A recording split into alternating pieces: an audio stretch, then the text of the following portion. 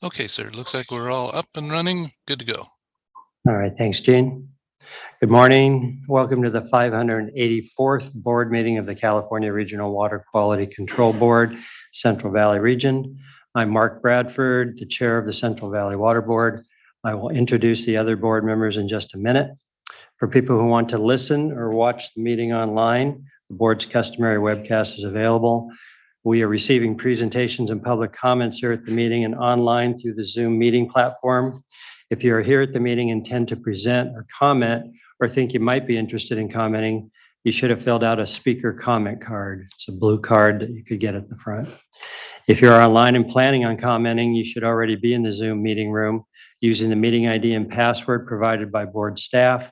If you have not already received this information, you can email us now at agenda5@waterboards.ca.gov. That email address is agenda followed by the number 5 with no space at waterboards.ca.gov. Include speaker comment in the subject line so we can follow up with you.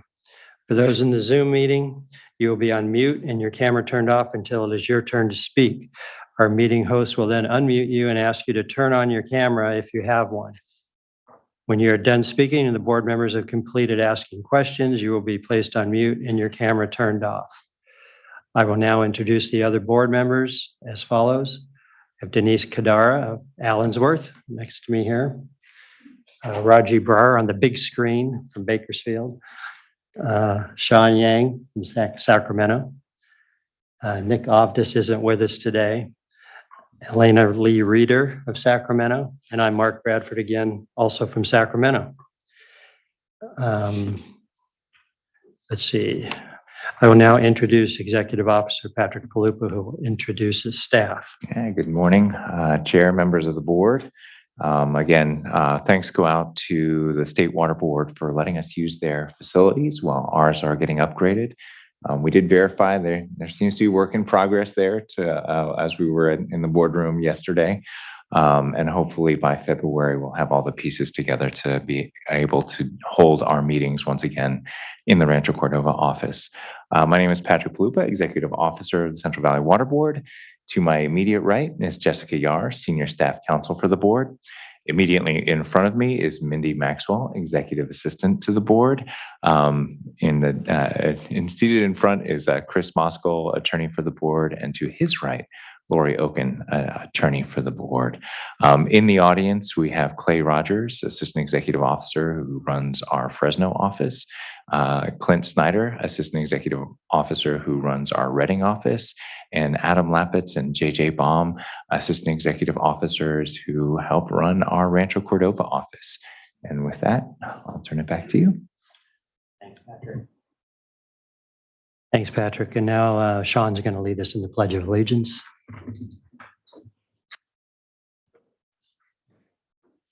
Right, ready, pledge.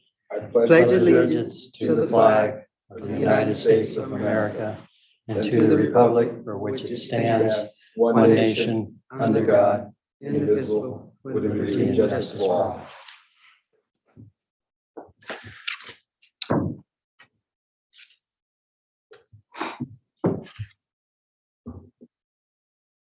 Thanks, Sean. Before we get started, I just wanted to revisit the agenda here. We are postponing the hearing on item 20, which was the City of Arvin. So that'll be picked up at a later date, probably at our next board meeting. So Mindy, in the public forum, has anybody submitted a request to speak on any topic today which is not on the agenda? No, I don't have anybody. Thank you. And then we're also going to juggle the timing of a couple of these items. We're going to postpone the CV salts, and we will first put number 19 up, which is the Tracy item. Postpone it just for a few minutes, not to a later board. Yeah. Meeting, so. Okay.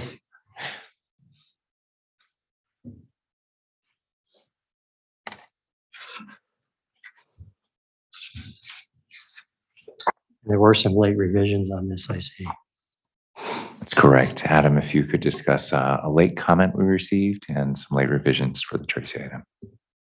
You bet. We received some late comments from the city of Tracy, mainly just clarifying some of the things that we had already had in the record on December 6th. We'd like to admit those comments as an email into the record. And we also have some late revisions basically in response to those comments.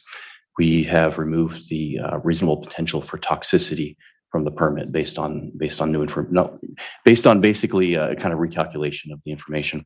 And so that's basically the late revision, is just removing toxicity limits from the permit and adding back in a trigger for toxicity and some monitoring. Okay, thanks, Adam. So this is the time and place for a hearing to consider renewal of this entity's permit for the city of Tracy wastewater treatment plant in San Joaquin County. Is there anyone present who is contesting the proposed actions and wishes to present evidence or testimony on this matter? Or Mindy, is there anyone wishing to comment? I have one person, Jenny Reyna, a consultant for the city of Tracy. Is she You may present? unmute. Okay. I had no comment. Okay, thank you. Since there are no comments, we'll proceed based on the agenda materials in the record. And we just got the late revisions and staff comments. So Mark, my suggestion would be that we take a quick vote to admit the late comments. Okay. Since we weren't able to do that before the hearing. Again, Right. no concerns from staff to admit Right. that late comment in. Again, because it was primary clarification of existing. So we take the vote on that, and Okay. then we can have a motion for the permit with late revisions. Okay, can we get a motion to accept the late revisions and staff comments? It'd be the late comments from the city of Tracy. Late comments from the city of Tracy, right? I'll move to accept the late comments. Second, Sure. Yes, second. John is seconded. Elena made the motion. So Mindy, could you take a roll call? Board Member Yang, Aye. he's not here. Board Member Brar, Yes. Board Member Lee Reeder, Aye. Vice Chair Kadara, Yes. and Chair Bradford. Yes. Thank you. So now we're also going to jump ahead to the Madera item, which was So number. the next vote would be on the Oh, on permit the itself permit with late itself, revisions. Sorry, jumping ahead of myself here. So we can have a motion to approve the permit for the city of Tracy wastewater treatment plant, With the late revisions. and including the late revisions. I'll make a motion to approve of the City of Tracy wastewater treatment county renewal permit with late revisions. Second. Motion, and Sean is seconded. So Mindy, could you take a roll call? Board Member Yang. Aye. Board Member Brar, Yes. Board Member Lee Reeder, Yes. Vice Chair Kadara, Yes. and Chair Bradford. Yes. Okay, now we'll move on to the Madera, which was previously on the agenda as item 11B. This is also the Madera wastewater treatment facility, consideration of revised waste discharge requirements. Find the script here. Alex, you can unmute if you like.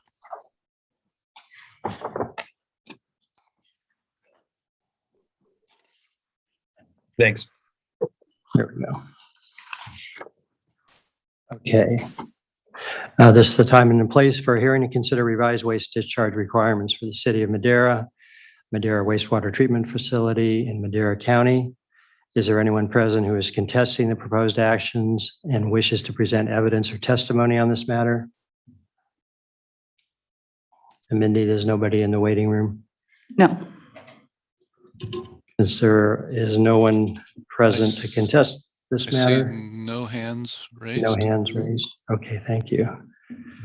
The board will proceed based on the agenda materials and the record. Are there any late revisions or staff comments? No. Thanks, Clay. Does council have any legal issues to discuss at this time? No. Chris? Okay, the hearing is now closed. The chair will entertain a motion to consider the revised waste discharge requirements for the City of Madera wastewater treatment facility. I'll move to adopt the revised wastewater discharge requirements for the city of Madera. Elena has moved. I'll second.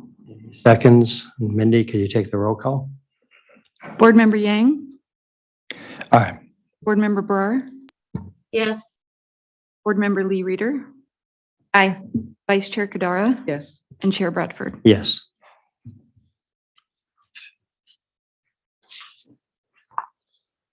Okay. So having leapfrog CV salts, which was item 18, we'll go back to that item now.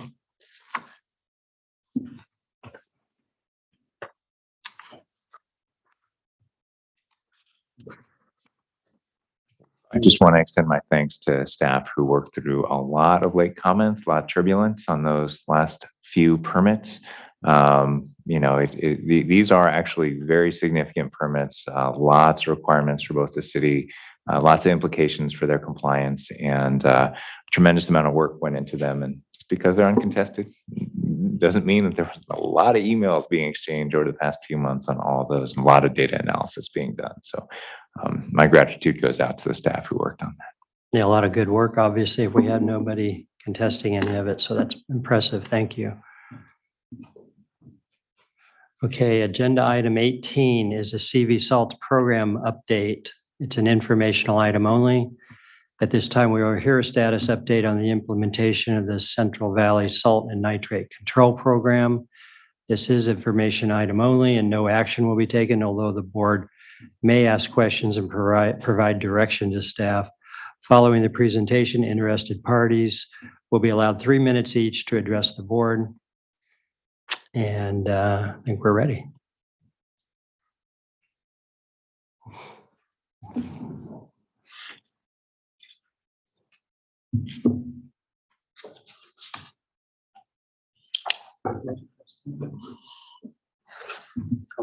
There we go.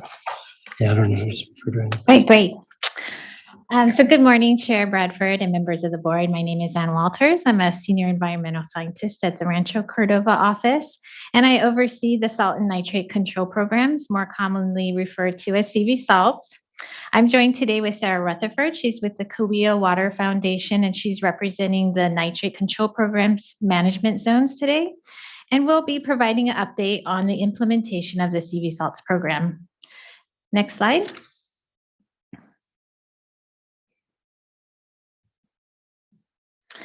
So for today's presentation, I will first provide a brief overview of the program. I will also provide an update on the CV Salts Revisions Basin Plan Amendment that was approved by the Central Valley Water Board 2 years ago. Next, I will provide an update on the implementation of the Salt Control Program, including efforts related to the Phase 1 Prioritization and Optimization Study. Then we'll transition to the implementation of the Nitrate Control Program. And Sarah Rutherford will provide an update on early action plan implementation and other management zone activities. In addition, I will discuss the nexus between the Irrigated Lands Regulatory Program's well testing program and the well testing program that is taking place as part of the Nitrate Control Program. And that'll be followed by a review of next steps of the Nitrate Control Program. And finally, I will provide a brief enforcement update before we finish for time for questions and comments. Next slide. So first, a brief overview.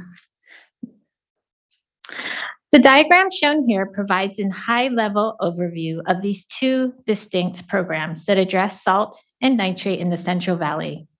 The Nitrate Control Program on the left is a prioritized program that addresses nitrate pollution in groundwater by focusing first on the areas in the valley that are most critically impacted, followed by lower priority areas. Permittees have the choice to follow an individual permitting approach with more stringent requirements, or they can choose to participate in a collective stakeholder-led effort, which is that management zone permitting approach, or Path B. The salt control program, shown on the right side, is a phased program to address salinity impacts to both surface and groundwater. For the first phase of the program, permittees again are provided the option to choose one of two pathways. The first is a conservative permitting approach, which requires stringent salinity limitations. Or permittees can choose to participate in an alternative, region-wide stakeholder effort to develop a long-term, sustainable salt management strategy. Next slide. So addressing salt and nitrate issues in the Central Valley will take many decades. This diagram gives a big picture of where we are in terms of the next 30 years. On the top, you can see that we are about 2.5 years into our nitrate control program, which puts us right in the middle of the initial rollout of Priority 1 basins.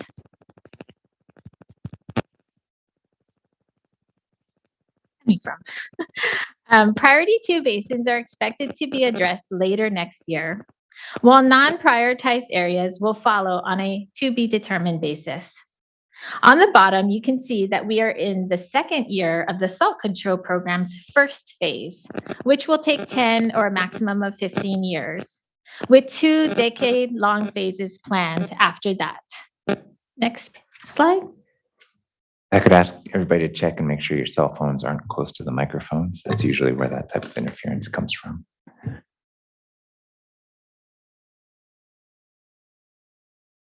No worries. Okay, next I'm going to just give an update on that amendment that came through a few years ago. Next slide. So the original salt and nitrate control program basin plan amendments were adopted by the Central Valley Water Board in 2018.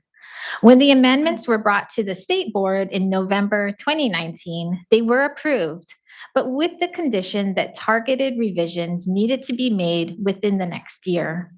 These revisions pertain to overarching goals of the program, as well as specific clarifications to the nitrate control program's early action plans and policies regarding offsets, exceptions, variances, and drought and conservation.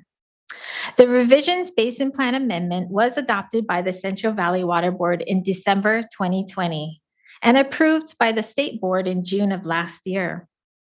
The Office of Administrative Law approved the amendments in November 2021, and then the amendments were also sent to US EPA for review.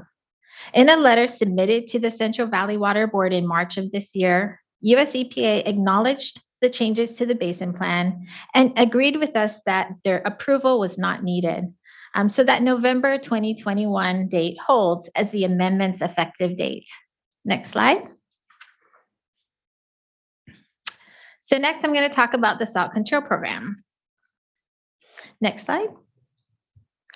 As discussed earlier, the salt control program seeks to address salt accumulations in the region's surface and groundwaters through a phased approach. Phase 1 applies to all dischargers of salt across the Central Valley region. Over 3,000 notice to comply letters were sent out in January of 2021, with a due date to respond of July 15, 2021. Next slide. Today, there are over 3,100 active permittees in the salt control program. And out of all of these folks, 89% selected the alternative pathway and are financially supporting the phase 1's prioritization and optimization study, or P&O study for short. These include NPDES, Irrigated Lands Regulatory Program permittees, non-15 dischargers to land, confined animal facilities, and oil and gas permittees. Only about 1% of the permittees have chosen the conservative pathway, and then enforcement staff are working on getting the other 10% who did not file a notice of intent to select a compliance pathway. Next slide. So I'd just like to take a minute to talk a little bit more about that prioritization and optimization study, or P&O study, and what really makes it different from other past efforts. The purpose of the P&O study is to establish a long-term sustainable salt management strategy that can be executed in those phases 2 and 3 of the salt control program, which are those project development and project implementation phases. This means that the P&O study will lead to future regulatory actions.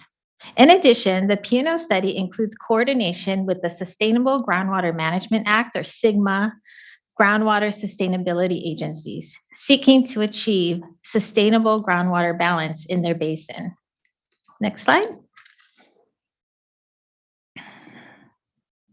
The P&O study will define salt-sensitive hydrologic regions and identify their salinity sources and impacts. It will also evaluate and prioritize the conceptual projects for long-term salt management, and these could include both physical and non-physical projects. It will also establish a governance structure and a funding plan. And ultimately, it will develop recommendations for phase 2 of the salt control program, which is when the design and approval steps of the salt management projects need to be completed. In March of 2021, the Central Valley Water Board approved the P&O study work plan submitted by the Central Valley Salinity Coalition, which is serving as the lead entity of this effort. And since that time, a lot has been accomplished. Next study, or next phase, next study too. So I don't expect you to read this. It's a little overwhelming. I know when I first saw it, I was like, whoa. But I do want to point out that the P&O study is a complex set of interconnected activities that require information for the stakeholders and policy decisions for the CV Salts Executive Committee to make in advance, so that we can advance forward in those planning efforts. Next slide. And then critical to this effort is using the most current and interconnected data models based on the best science that's out there. So the models seen here will be used to complete a region-wide baseline salinity characterization report and will help identify and evaluate future salinity scenarios for long-term sustainability in the Central Valley. Next slide. And again, I don't want you to read this one too closely either, but I just want to highlight that a lot of work has already taken place in the last year, like key data development and management tasks, the initial development of that baseline characterization report, and the selection of salt management tools and models. The next few years will be very busy as well, with critical milestones coming up in 2024 and 2025. Next slide. So that concludes my discussion on the salt control program. So I'm just going to take a pause here and see if anybody has questions. One basic question. What's non-15? Oh, so that's chapter non-15. So those are waste discharges that go to land instead of surface waters. Thank you. Title 15 used to be the place where the hazardous waste regulations were. And so non-15, and again, it's kind of a legacy name, but it's the catch-all for every other non-hazardous discharge to land. So that's what's out there. Thank you. Thank you for the question. We get so used to our names and acronyms. It's a good reminder to make sure we define those things. Thank you. Mr. Bradford, there are no hands raised. Thank you, Jean. I will continue on with the nitrate control program. Next slide.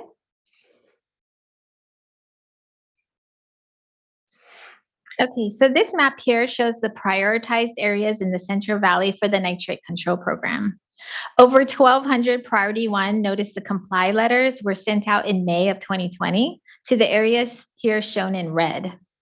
The priority 2 areas are shown in orange, and the notice to comply letters are anticipated to go out to these areas in 2023, while the remaining areas in green will be phased in as needed after the priority 1 and 2 areas. Next slide.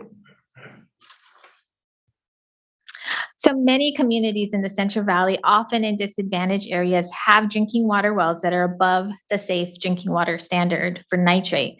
And even if all discharges of nitrate were ceased today, it would take many decades before those groundwater supplies could meet those objectives. So the top priority of the nitrate control program is to provide safe drinking water supplies, both in the short and the long term, to the people in those impacted by nitrate pollution.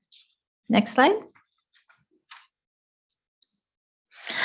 The longer term strategy of the nitrate control program is to address ongoing discharges and how they will meet water quality standards, followed by aquifer restoration where feasible.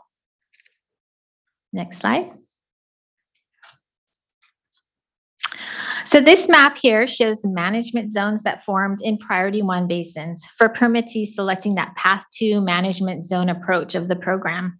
At the top, you'll see Valley Water Collaborative, and they cover 2 Priority 1 basins of Modesto and Turlock. And then going south is Chowchilla Management Zone, followed by the Kings Management Zone, which includes a Priority 1 basin, the Kings Basin, as well as a Priority 2 Tulare Lake Basin. And then the last 2 Priority 1 management zones are Cahuilla and Tule. Next slide. Today, there are close to 1,200 active permittees in the nitrate control program. And then out of all these folks, 93% selected the management zone pathway. Only about 1% of the permittees chose the individual pathway. And then we have about 6% who did not file a notice of intent with their selection of a compliance pathway. Next slide. So the first year, after those notice to comply letters went out, it was a very busy one for the management zones. They developed what was called preliminary management zone proposals, and these included information on their boundaries, a technical review of their nitrate conditions, a list of participation and a list of participating members. And then also early action plans. And these were the plans that described how the management zones would implement well testing and provide safe drinking water to those impacted residents.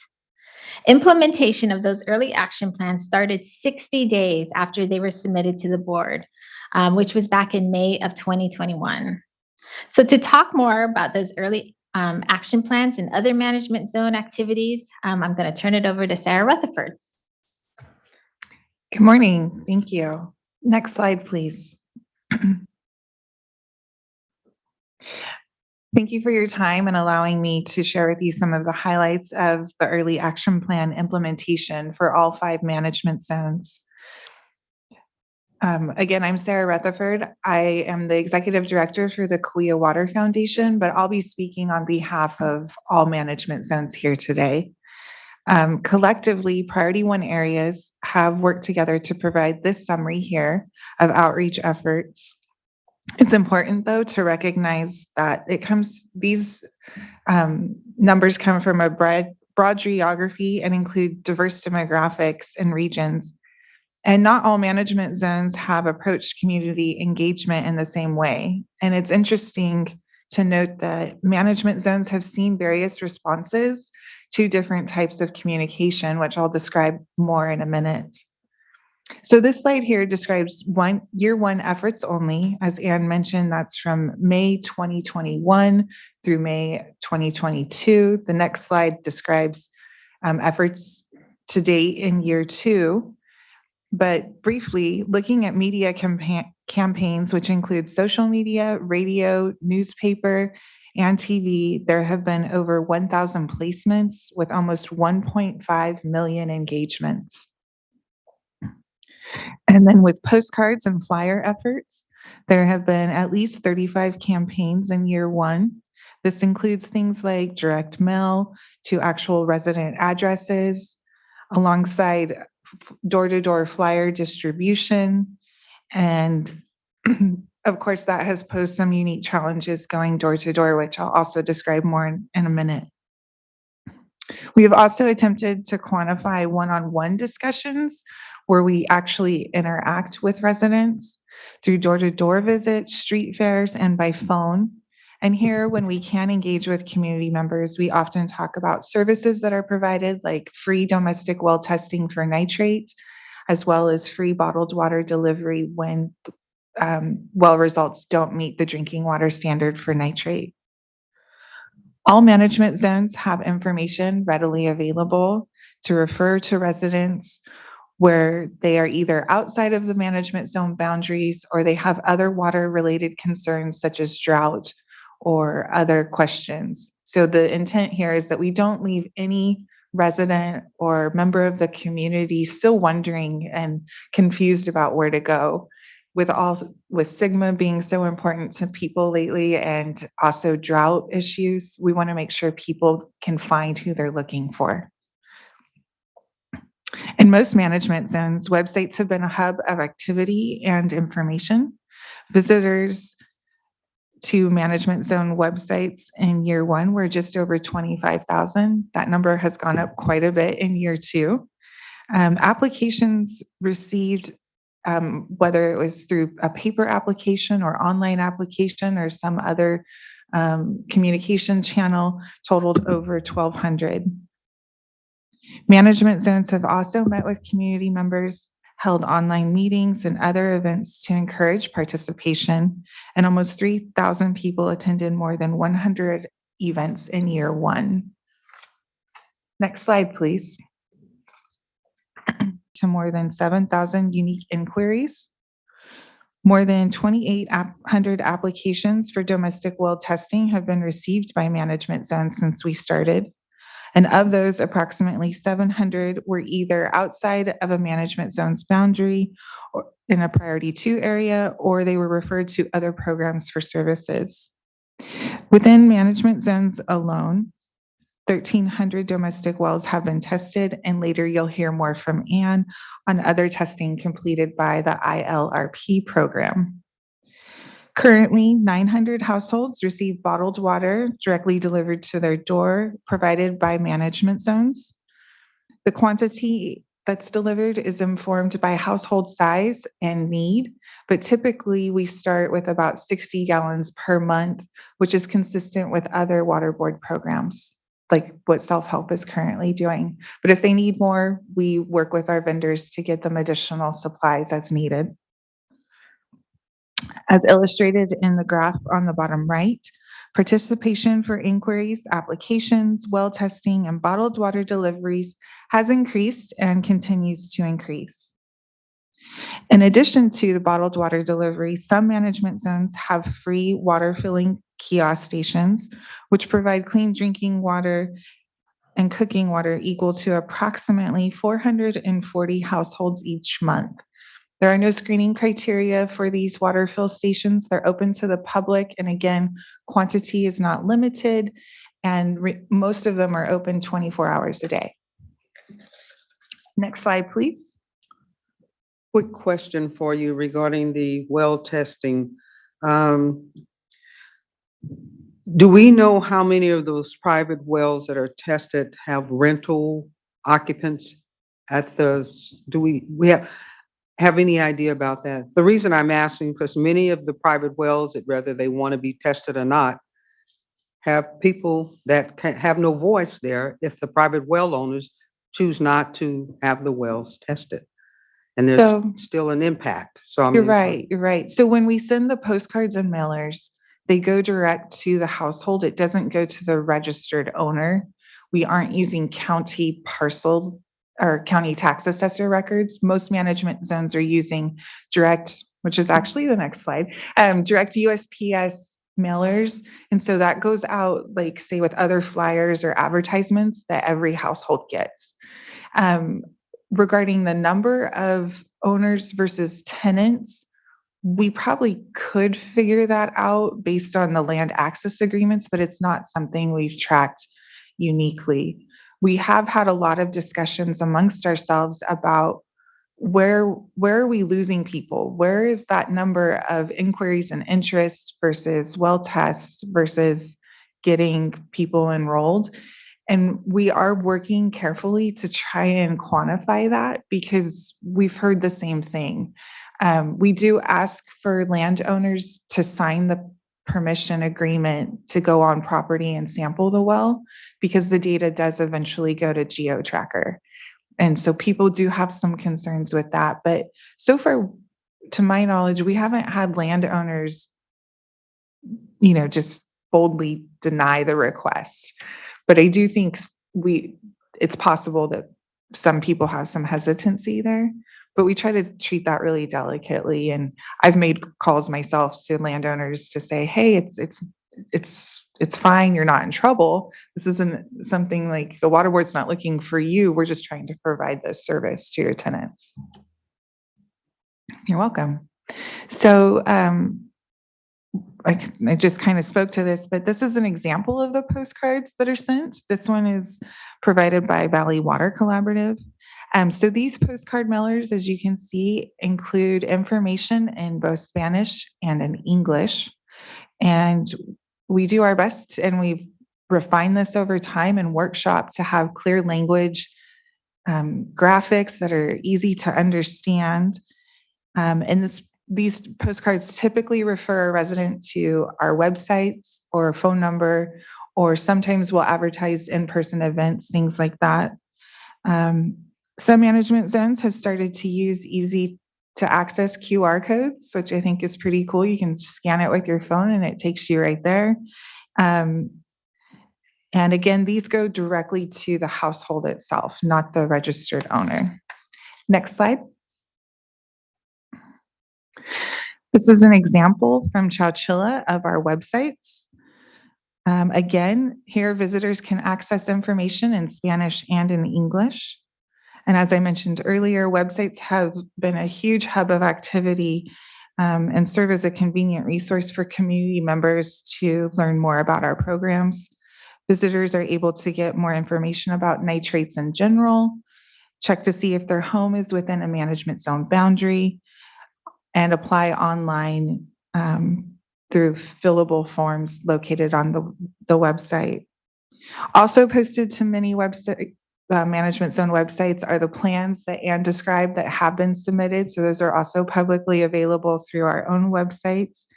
And some management zones include a chat feature, a calendar of events, and other community information. Next slide. So now I'd like to highlight a few management zone specific community engagement events. These stories are really just a fraction of what we've been doing in the past year and a half. And I think these will illustrate some of the creative approaches that we've taken to work with communities to build capacity and engage with them. And when I asked each management zone to provide me a summary of some of their activities, I shared this with Ann. I received a lot of information, and honestly, we could spend 2 hours here, but we're not going to.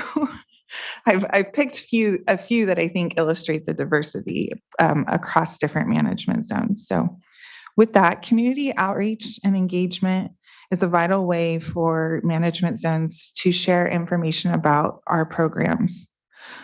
And as I mentioned, residents might not know who to call or who to ask for help about well testing and bottled water delivery at no cost to them. And by participating in events in the heart of residents' communities, we demonstrate that we are invested in delivering the message in a personal and efficient manner, one that's hopefully convenient for community members and also allows us to answer questions and explain in either English or in Spanish the ease of the application process. So as shown in this slide, it's an example from the Tule Basin Management Zone located in southern Tulare County. They recently partnered with Tulare County Alpa and Tipton branches to educate and speak with students and parents about safe drinking water options. Children enjoyed a hands-on activity on how wells work, as they added a simulation of rainwater to the soil and gravel, watched the well fill up, and then filtered the water as it made its way into the home. Tule Basin shared groundwater and nitrate information and also discussed water industry careers with children and families. By participating in a centrally located rural community, outreach events such as the library service, series provide vital information for families. Next slide, please. Moving north to the Modesto and Turlock area, the Valley Water Collaborative Management Zone recently invited high school students to participate in an art contest to creatively design and illustrate water dispenser jugs. Later, local elected officials reviewed entries, and the top 3 awarded participants shared $3,000 in prizes. These art displays are now a key part of community outreach events at farmers markets, fairs, and things like that. Next slide, please. Door-to-door outreach has been conducted by all management zones. To highlight one example, here are some photos from Valley Water Collaborative, and some of their outreach team is here today to speak with you as well. They have recently launched an intensive campaign going door to door, and I believe as of last week, 461 addresses were visited, where 184 conversations took place. 134 residents expressed an interest in the program, 50 expressed no interest, and where no one answered the door, they left packets and enrollment and information so that the resident could contact them later. Next slide, please. Moving now to the Kings Water Alliance, which covers portions of Tulare County, Fresno County, and Kings County. The Kings Water Alliance recently completed a 3-month campaign where a portion of the service area was saturated using multiple lines of communication. They completed 2 mini campaigns in 2 different phases to better determine what could be effective messaging. They utilized water quality and demographic data to identify nitrate impacted residents and employed widespread outreach through direct mailers, emails, canvassing, workshops, webinars, social and traditional media channels, and paid digital communications. To build trust with residents, the Kings Water Alliance focused on meeting people where they are by participating in community events and partnering with community organizations. The campaign saw an average of 12% growth in eligibility surveys for the free bottled water delivery program. Next slide, please. This table shows the number of surveys submitted by local residents and the growth rate month by month for a 1-year period. Illustrated here are results using multiple lines of communication via Google Ads, Facebook Ads, or Peach Jar, which is a communication tool used by several local elementary schools. Depending on the keywords, messaging, and different communication channels, some efforts appear to reach more residents than others. A pilot project similar to this one is scheduled for future efforts by the Kings Water Alliance. And of note, this campaign was recently recognized by Aqua and received the 2022 Excellence in Communication Award. Next slide. So this slide illustrates some work completed by my organization, the Kauai Water Foundation. We recently launched a social media campaign in the past 6 months with 34 unique posts. This has resulted in more than 11,000 views, 165 interactions where there's a like or a share or something like that, and then 160 click-throughs direct to our website, which is interesting. A year ago, we weren't getting those click-throughs, and now we are. And so when someone gets to our website, they can then fill out our application. And just last night, I received our numbers for November alone, which shows 65 unique users found our website via social media. Some of our posts illustrated here include things like, soup season is upon us. Make sure your water is safe to cook with. Boiled water may still be unsafe. Hashtag soup season, drinking water, potable water. These are new hashtags that maybe didn't exist before, but we're trying something new. Or the one in the middle, recent rainstorms delivered some much needed snow to the Sierras. Do you know where your water comes from? or even the one there on the right, Happy National Pasta Day. It's a thing. I only knew of Donut Day before, but Pasta Day is with us also. And, so with that, we tagged before you get to boiling, make sure your water is safe to drink and cook with. These targeted messages to our local residents allow us to select a specific geography and also provide relatable content, which is easy for them to share with friends and family about the importance of water quality. One of our goals is to provide information via referrals. And when we ask people now, how do you hear about us? We do hear from my friends, from my family, and social media gives us an easy venue to do that with. Next slide, please. This one might be my favorite. So this is Chowchilla Management Zone. Does a lot of their work in the community of Chowchilla, and participating in public events is key to their success for getting this message out. At a recent community trunk or treat event, Chowchilla team connected with over 600 families and provided flyers to 65 residents. And so what you see here is their trunk or treat decorated as a waterfall. Again, probably a first for a trunk or treat, but I think it's pretty cool. All right, so next slide, please. So this here, I just wanted to try and capture some other pieces of innovation and what we've been trying. So although this is a regulatory program, we've tried new things to engage with community members. So some other things have included things like hosting art or coloring contests, participating in local food drives like the Food Link event pictured here, water drop characters, such as this is Walter Droplet. Thule has Thule Tom. I think Valley Water's considering something along these lines as well. And if you haven't met them just yet, visit our social media sites. You will find these characters there. We've also conducted raffles, created t-shirts, introduced bubble makers, prize wheels with swag items, which range from logoed M&Ms to hats and pens or slime. And we continue to engage with community in many different forms from many different angles. Next slide, please. So looking now at state board co-funding and coordination, management zones and the State Water Board's Division of Financial Assistance have been coordinating for the last 2 years to work out an agreement for safer funds. Valley Water Collaborative received initial approval in December of 2021 and signed their final contract in September of 2022.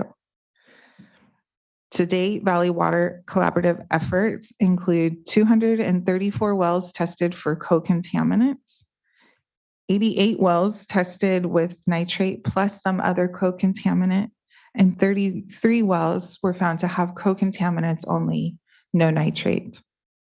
Households are currently provided with free bottled water. There are 330 in total via safer funds and 169 tested in total for co-contaminants. The Clear Water Foundation has also submitted our application and proposed budget, and we are working with DFA staff diligently to get that completed and hope to have approval as soon as January. The Thule Management Zone and the Kings Water Alliance have both received approval from their respective boards to submit an application for safer funds as well, and they are currently working on their budgets and scopes of work. And then the Chowchilla Management Zone already has a grant through Madera County, and they are also testing for co-contaminants. Next slide, please. So looking forward on early action plan, continued implementation, our goals are to continue to expand safer funded testing and water supplies, coordinating and supporting drought efforts, again, not leaving residents confused about who to ask for help, enhanced outreach, in-person events, public forums that I've already described, continue door-to-door communication, and expanding our use of trusted representative and working with community collaborators. We continue to work with health providers and schools, and I will say that with some of the intensity around COVID reducing a bit, people have some more time and attention to devote to things like this, and so we are able to communicate now with other community representatives. They have a little more bandwidth these days. We're continuing to expand our social media campaigns, and we're continuing to schedule events. We have, I believe, invited some of you to join us in the community before, and we will continue to do so. To hope to see you there with us. Next slide, please. So I will now hand our presentation back over to Anne and pause if you have any questions related to early action plan implementation. I have one question. Do you have an approximate idea of what percentage of homes in the district or in the management zones you're reaching? I mean, I saw the hard numbers, but relative to how many potential wells that might be impacted, how many you might be reaching? So in our preliminary management zone proposals, we did each identify the number of potentially impacted wells. And I didn't bring that here today, but I can pull it up while Anne's finishing up. But yes, we do know the numbers estimated to be potentially impacted by nitrates, yes. And I just want to commend you. That's a really creative approach you just outlined. It's really, it's kind of touched every media possibility and going through schools and libraries. It's really commendable. One other question, you noted that I think 94% of the people who received a notice to comply responded one way or another. So what happened to the other 6% who didn't respond? That's in the nitrate program. Right. So, and I'll update you at the end of the presentation about our enforcement activities. Thank you. We do work with staff regularly to communicate who is participating within the management zone. And there's a lot of exchange as to who is participating and who isn't. And staff is very diligent in getting those lists regularly from us. Okay, thank you. Just a quick question regarding the outreach. The social media and all of those efforts are great. And so I'm just curious, have there been any informational materials that go out in the water bills? No, we talked about it. And then it seemed we didn't want to confuse residents who had clean drinking water, say within the city of Visalia. But for example, the community of Lemon Cove in our area, the water at the tap isn't safe to drink for nitrate. And we talked with them. I'm meeting with their board next month to talk more about that, because at the tap, the water that residents pay for isn't compliant for nitrate. But we want to talk with their board first before we include messaging, because here's a bill to pay for something, and we're also telling you it's not safe. So we want to get that right before their organization gets a lot of angry phone calls. They send that information themselves, but in those communities, we've had a lot of interaction and door-to-door communication and things like that. But no, not yet. And Vice Chair Gadar, I think we can talk a little bit more offline as well, because recall that when you have a bill and a mailer, it's not a domestic well, right? And so it falls under the purview of the Division of Drinking Water, who often has their own enforcement orders placed on those communities to rectify the nitrate impairment on their own. So it's a very delicate kind of internal at the water board kind of a dance that we do to make sure that we are ensuring that the residents have access to safe, clean, and affordable drinking water, while not taking the heat off of the drinking water system itself, to ensure that they're taking all appropriate measures under the Division of Drinking Water's enforcement orders to rectify the water quality problems. Because sometimes it is due to underinvestment in the community by the water system, and so we have to take steps in conjunction with the state water board to rectify those problems. And it's touchy. I mean, these are often the communities with ratepayer base that is struggling to afford their bills, and exactly like Sarah said, it gets challenging to say, well, you have to pay more, but we're given, but the water provider is not providing safe, clean, affordable water from the system to begin with. I would also kind of say, just take 1 second, Sarah, to thank you profoundly for the efforts that you and the other management zone leads have been working through these issues with. I mean, I think, this is obviously the first time this region has taken on this type of effort and overseen this type of outreach. And to be honest, when CV Salt started, a decade or so ago, I think it would have been less challenging to cut through the noise that we have these days with all different manner of social media, all different types of competition for attention. I know early on in the deployment of these projects, the biggest challenge was say, no, we're not selling you anything. Because if you walk through your local hardware store, if you even check your mail in these areas, you see, every month, every week, sometimes you get these flyers saying, we'll test your water for free, because they want to sell you a water softener, or they want to do something that is unrelated to drinking water contamination. So you have to get incredibly creative to cut through that noise and to have somebody's attention, because you're doing something kind of invasive. You're going into their house and testing their water at their tap, and I think there's an incredible amount of success owed in large part to the creativity of all the folks who have been working on this endeavor to cut through the noise and get that sampling done. So just congratulations on this effort. We still have a long way to go. I know everybody's brainstorming about new ways to kind of do the outreach, but really, where I sit right now, it is a success story in terms of what's been done. Thank you. Appreciate that. And to your point, we meet regularly, at least once a month, sometimes more, collectively as management zone leads and coordinators, to have that exchange so that we're not working in isolation, and so we can learn from each other. Again, it doesn't always relay the same from one area to the next. Kings will call me and say, hey, we just did the flyer you did and we got nothing. Sorry. But we are trying to at least relay those. I didn't know about the library thing that Thule did, and I thought, that's awesome. I'm going to call them and do the same thing in our area. So there is that exchange of creativity too, because it's new. We usually don't take our regulatory programs to the community, and this one we did, and I think it's different, but it's also kind of fun. I do want to chime in. Oh, did you want to go? Oh, okay. Thank you for the presentation. Just want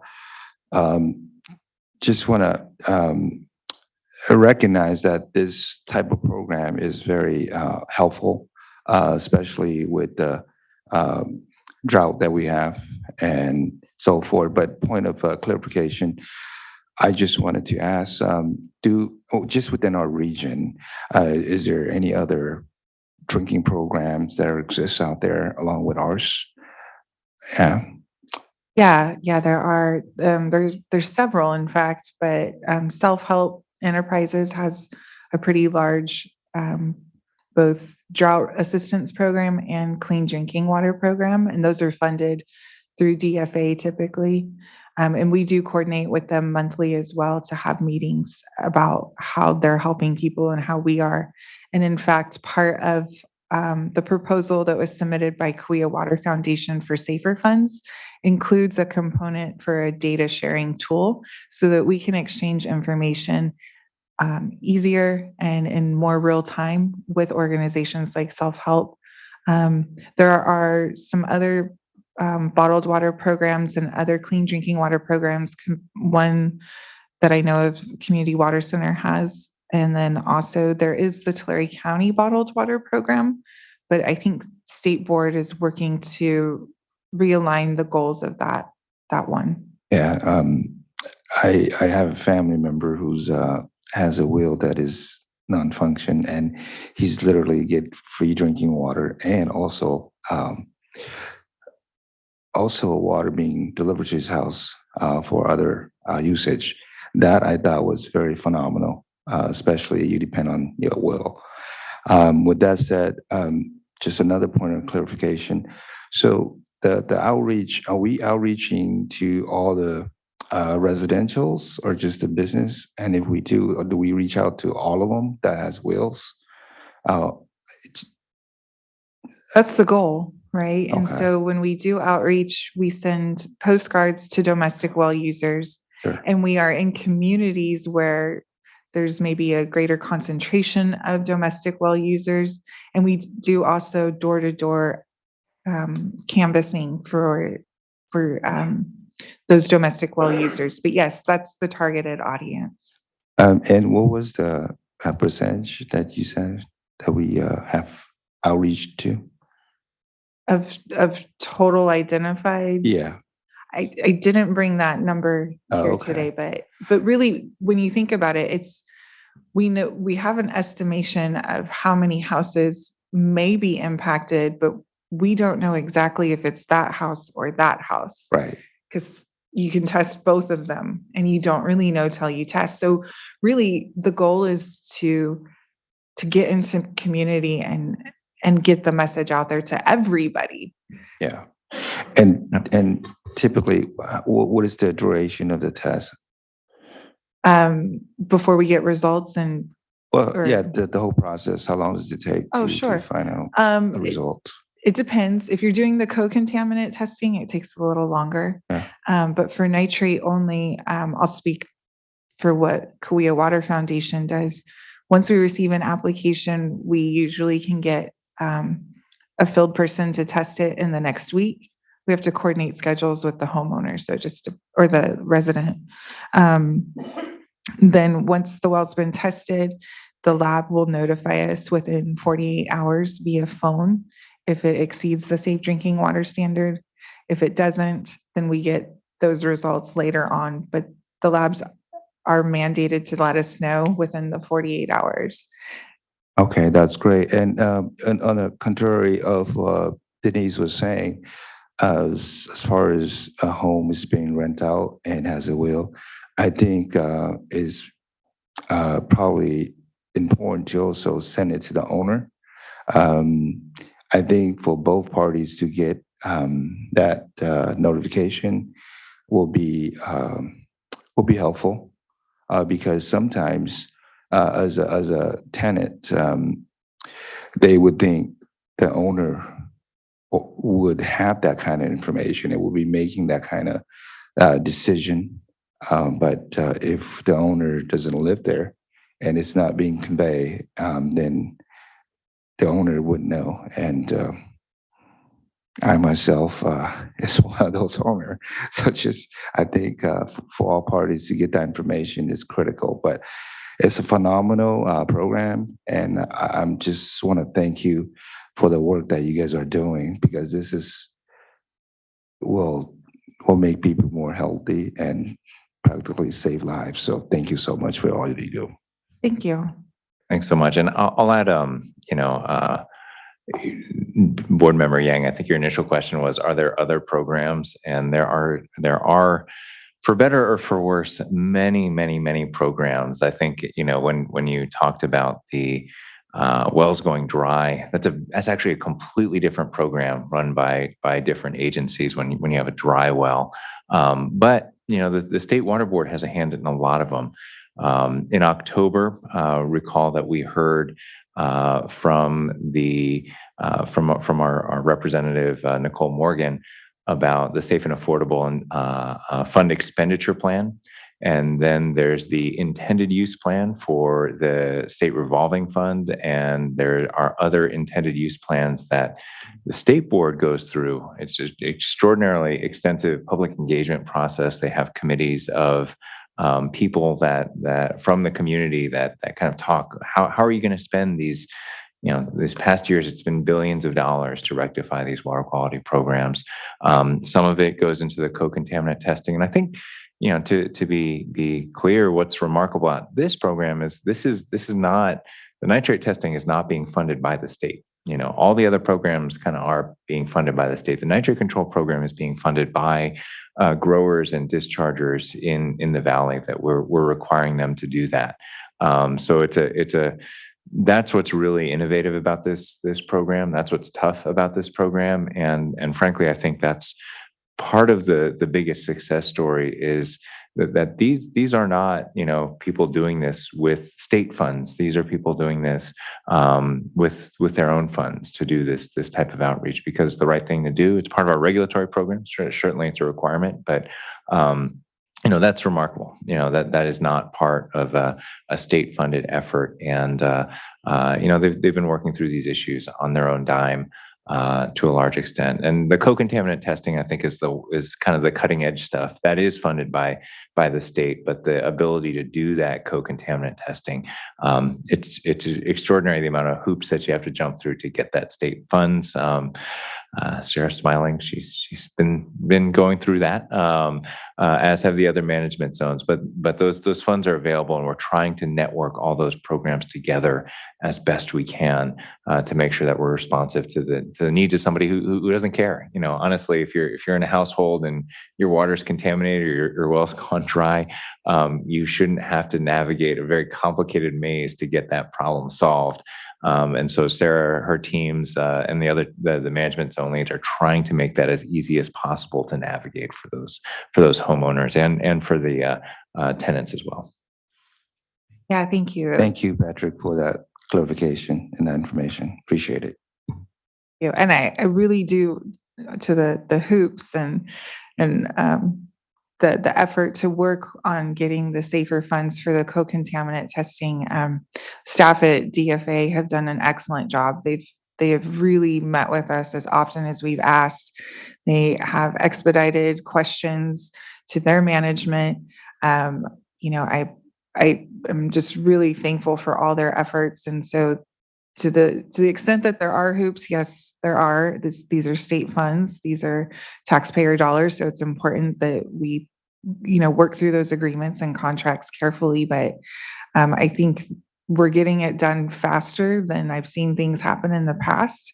And I think their staff have been really, really helpful and deserve a lot of credit.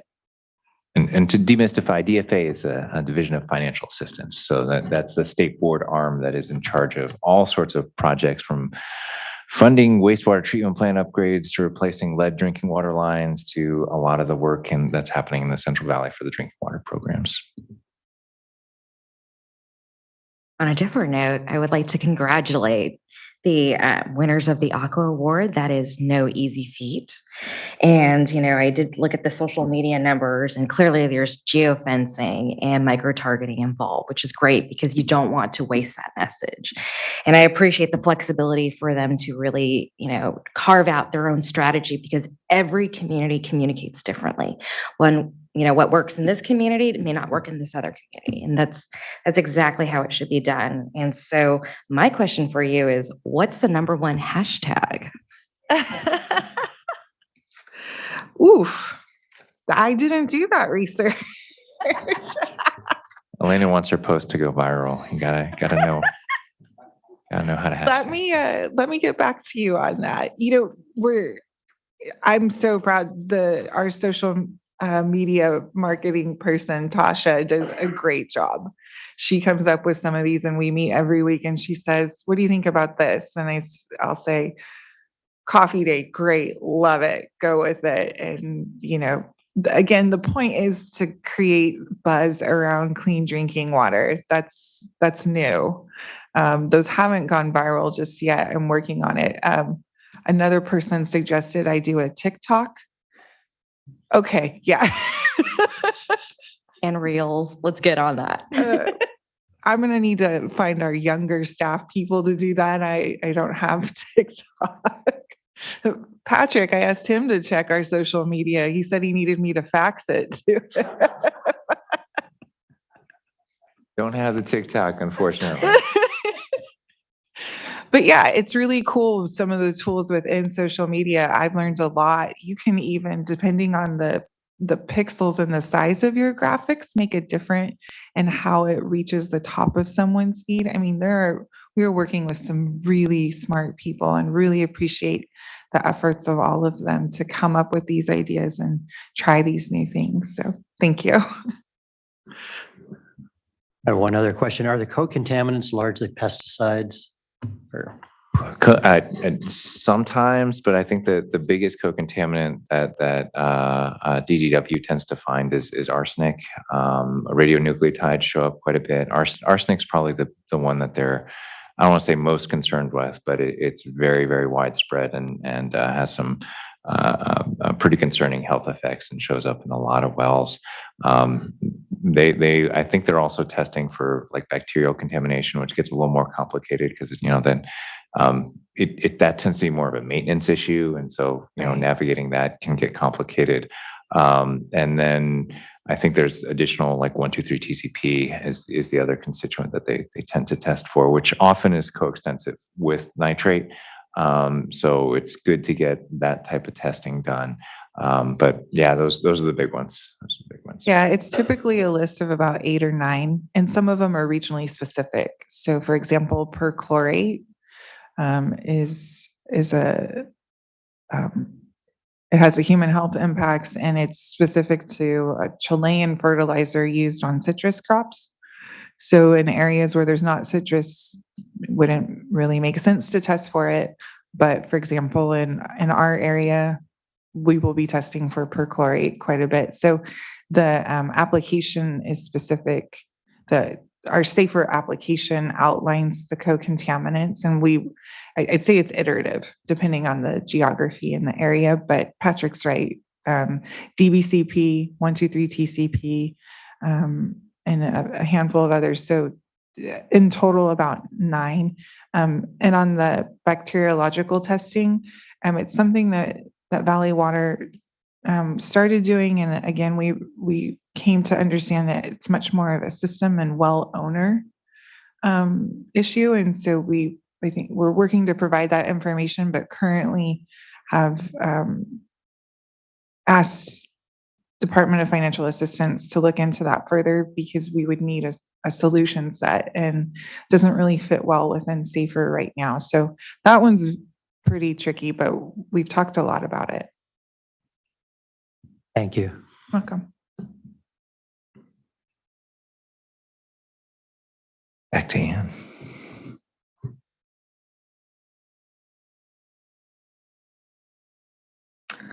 All right. Next, I'd like to talk about the drinking water well testing program that is part of the Irrigated Lands Regulatory Program and how that overlaps with the nitrate control program efforts. And this might address a little bit of the earlier questions that we had about, how many wells have been tested and extent. So starting in 2019, ILRP began rolling out their phased requirement for nitrate monitoring of drinking water wells on enrolled coalition parcels. These participants report their results to GeoTracker and may provide replacement drinking water if the nitrate results are above 10 milligrams per liter, which is that nitrate standard. This map shows the wells that overlap Priority 1 management zone areas that have been tested for nitrate as part of the ILRP program thus far. Next slide. So this table provides a breakdown of estimated totals for Priority 1 wells tested and number of wells above the nitrate standard. So that first section is for the management zones, followed by the Irrigated Lands Regulatory Program, and then there's a combined total for both programs. So in total, the estimated number of domestic wells tested by both programs in the Priority 1 areas was over 7,700, with almost 3,000 of those above the nitrate standard. These totals show that many domestic wells have been tested in Priority 1 areas, but it's an important caveat that with the ILRP program, unlike the management zones, they do not target high-risk areas. They're really just addressing their whole coalition area. Due to a lack of reliable data on private domestic wells, more work is needed to make a good estimate of the total number of high-risk wells and the associated users in these Priority 1 areas. The bottom row shows the conservative estimate of people in priority 1 areas who rely on private domestic wells and are likely impacted by unsafe drinking water, as presented in the Corona Environmental Consulting's report for developing equitable and effective early action plans. But this estimate is likely on the low side since it was based on a limited data set of about 5,000 wells. Next slide. So without a reliable estimate of the wells in high-risk areas, it can be really hard to gauge program effectiveness as it relates to targeted sampling. However, since the ILRP program requires sampling across a coalition and does not target high-risk areas, it made sense to do a comparison of the percentage of wells above the nitrate standard that have been tested by the management zones versus the ILRP program. The ILRP wells that have been tested above the standard ranged from about 11 to 47%, averaging at 33% across the priority 1 areas. With the management zones, that percentage is higher, averaging at 63% across the priority 1 areas. So to be clear, this is really just a high-level snapshot. It doesn't capture the complexities and nuances of each program or those areas, but it does provide a general sense that the management zones are successfully targeting those higher risk areas. CV Salt's program staff has been coordinating with ILRP staff to further refine these well testing numbers. And staff will continue to work with both the ILRP program and the management zones this next year to reconcile data sets that help to inform future well sampling and replacement water efforts in these priority 1 areas. Next slide. So finally, I'd like to discuss the next steps of the nitrate control program. Final management zone proposals were due in August of this year. And these plans built off of those preliminary plans that were submitted last year, and they contain an assessment of water quality conditions in the management zone, a final governance plan, and a list of management zone participants, in addition to a tentative implementation timeline. These documents went out for a 30-day public comment period in mid-September, and staff are currently developing comments and responses on these plans. Upon acceptance by the Central Valley Water Boards, the management zones will then have 6 months to submit a management zone implementation plan. Next slide. So these management zone implementation plans, these are the big deals here. These implementation plans will contain the proposed regulatory timelines and milestones for nitrate reduction and compliance in each of these management zones. All of the management zones have committed to posting the data they use, such as their Excel spreadsheets, in a shareable format for interested parties to access on a publicly available website. And these are the plans that will initiate the Central Valley Water Board's development of waste discharge requirements to implement nitrate reduction targets. So as such, there will be multiple opportunities for the public to comment on these plans, including during their development and after they are submitted, because the board will then provide a public comment period for at least 30 days. And then any proposed implementation that requires a CEQA review will also provide the opportunity for public to comment. And then when the board needs to adopt new or revise existing permits to implement these plans, the notice and request for comment and public hearing requirements will be conducted per our board's regulatory process. Next slide. So that concludes the nitrate control program. I'll just pause real quick, make sure no additional questions, and then I'll wrap up with some compliance numbers. All right, next slide.